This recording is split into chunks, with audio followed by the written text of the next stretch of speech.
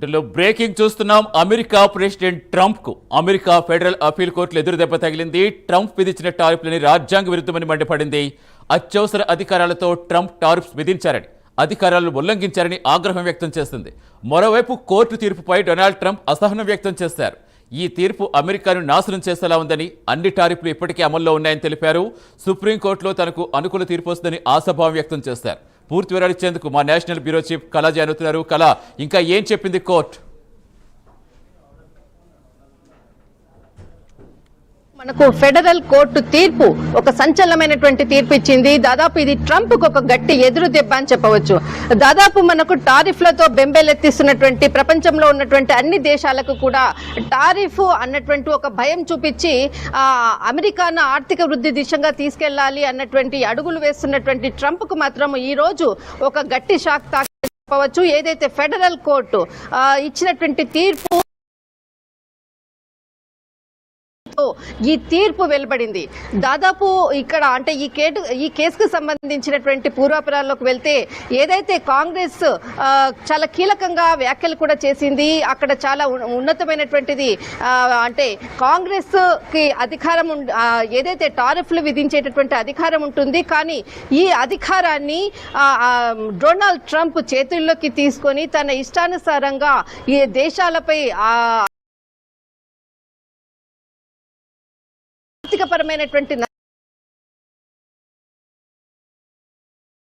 పూర్వాపరాలు పరిశీలించాల్సిందిగా కూడా ఆ కోర్టును కోరగా, దీనిపై ఖచ్చితంగా అంటే దుర్వినియోగం అంటే తన అధికారాన్ని దుర్వినియోగం చేస్తూ ట్రంప్ టారిఫ్లు విధించాడు అంటూ కూడా కోర్టు ఇచ్చినటువంటి తీర్పుపై కూడా ఒకవైపు డొనాల్డ్ ట్రంప్ చాలా కీలకమైనటువంటి వ్యాఖ్యలు చేశారు. దీనిపై కోర్టు తీర్పు అనుకూలంగా రాకపోవడంతో ఈ కేసు సంబంధించినటువంటి తీర్పుని సుప్రీంకోర్టులో కూడా దీనిపై సుప్రీంకోర్టులో తిరిగి ఈ కేసుపై విచారణకు చేపడతాను, తర్వాత ఈ కోర్టు నాకు ఖచ్చితంగా సుప్రీంకోర్టులో నాకు ఒక పాజిటివ్ రిజల్ట్ వస్తుంది అన్నటువంటిది ఆశాభావం కూడా వ్యక్తం చేశాడు. అయితే ఇక్కడ ఏదైతే 7-4 మెజారిటీతో ఇచ్చినటువంటి తీర్పు మాత్రము చాలా కీలకమైనటువంటి తీర్పు. దీనిపై అందరూ కూడా ఆర్థికవేత్తలు గత కొన్ని రోజుల నుంచి కూడా అటు అమెరికాలో కూడా అంటే అంతర్గతంగా కూడా దీనిపై విమర్శలు కూడా వస్తుంది. అంటే ఎందుకనంటే ఇక్కడ దాదాపు కొన్ని లక్షల మంది భారతీయులు అమెరికాలో నివసిస్తున్నారు. ఈ టారిఫ్లతోటి అక్కడ ఏదైతే భారతీయులు అనుకోవచ్చు, తర్వాత ఆర్థికపరమైనటువంటి అంశాలపై ఇది టారిఫ్ ఎఫెక్ట్ చాలా చూపిస్తుందని ఆర్థిక నిపుణులు దాదాపు ఒక 2 నెలల నుంచి కూడా అక్కడ దీనిపై స్పందిస్తున్నా కూడా ట్రంప్ తన మొండి వైఖరితో భారత్పై 50% టారిఫ్ని విధించడము ఒకవైపు, దీనిపై కోర్టుకు వెళ్లడము, ఆ తర్వాత కోర్టు ఇచ్చినటువంటి ఏదైతే ఉత్తర్వులతోటి మరొకసారి దీన్ని ఎక్స్ వేదిక కూడా ట్రంప్ దీనికి ఖచ్చితంగా దీనిపై నేను సుప్రీంకోర్టుకు వెళ్తానంటూ కూడా ఎక్స్ వేదికగా కూడా పోస్ట్ చేయడం జరిగింది.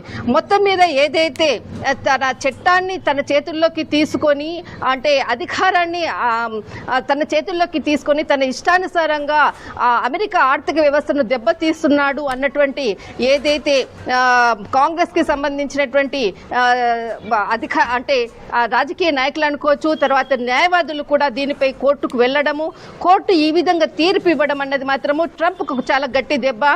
దీనిపై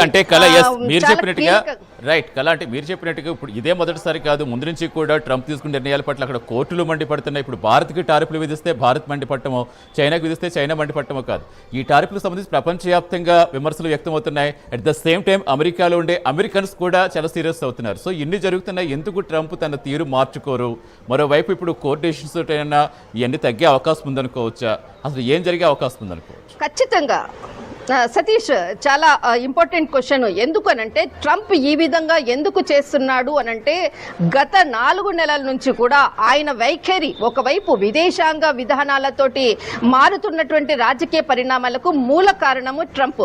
అటు చైనా ఏదైతే ఇండియాకు ఒక రహస్య లేఖ రాయడము, అక్కడ మొదలైనటువంటి ట్రంప్ ఆలోచన ధోరణి భారత్ పై కూడా ఎక్కువగా రష్యాతో ఉన్నటువంటి రష్యాతో సంబంధాలు, అటు చైనా కూడా భారత్ రహస్య ఒప్పందాలు కుదుర్చుకుంటుందన్నటువంటిది మూల బీజం మనకు మార్చిలో పడింది. ఎందుకంటే నిన్ననే మనం ఒక బ్రేకింగ్ న్యూస్ కూడా ఇచ్చాము.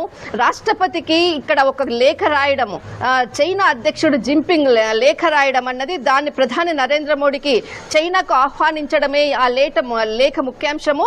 టారిఫ్లపై రెండు దేశాలు కలుద్దాము అన్నటువంటి ఒక లేఖ, ఆ విషయం ట్రంప్కు తెలియడము, తర్వాత ట్రంప్ టారిఫ్లు విధిస్తూ భయపెట్టి అన్ని దేశాలను తన దగ్గరికి కాలబేరానికి తెచ్చుకునేటటువంటి ట్రంప్ మనస్తత్వం ఇప్పుడే కాదు, గతంలో ఆయన పొలిటికల్ మన బ్యాక్గ్రౌండ్ చూసినా కూడా చాలా సందర్భాల్లో ఆయన మొదట భయపెట్టుతాడు, భయపెట్టిన తర్వాత చాలా దేశాలు కాలబేరానికి వస్తాయి, తర్వాత వాటిని ఏమీ లేదు మనమంతా కూడా ఒక ఫ్రెండ్స్ అన్నటువంటి ఒక వ్యవహార శైలి ఉండేటటువంటి, ద్వంద్వ వ్యవహార శైలి ఉండేటటువంటి ట్రంప్ మెంటాలిటీనే ఈ మొత్తానికి కూడా ఒక కారణం.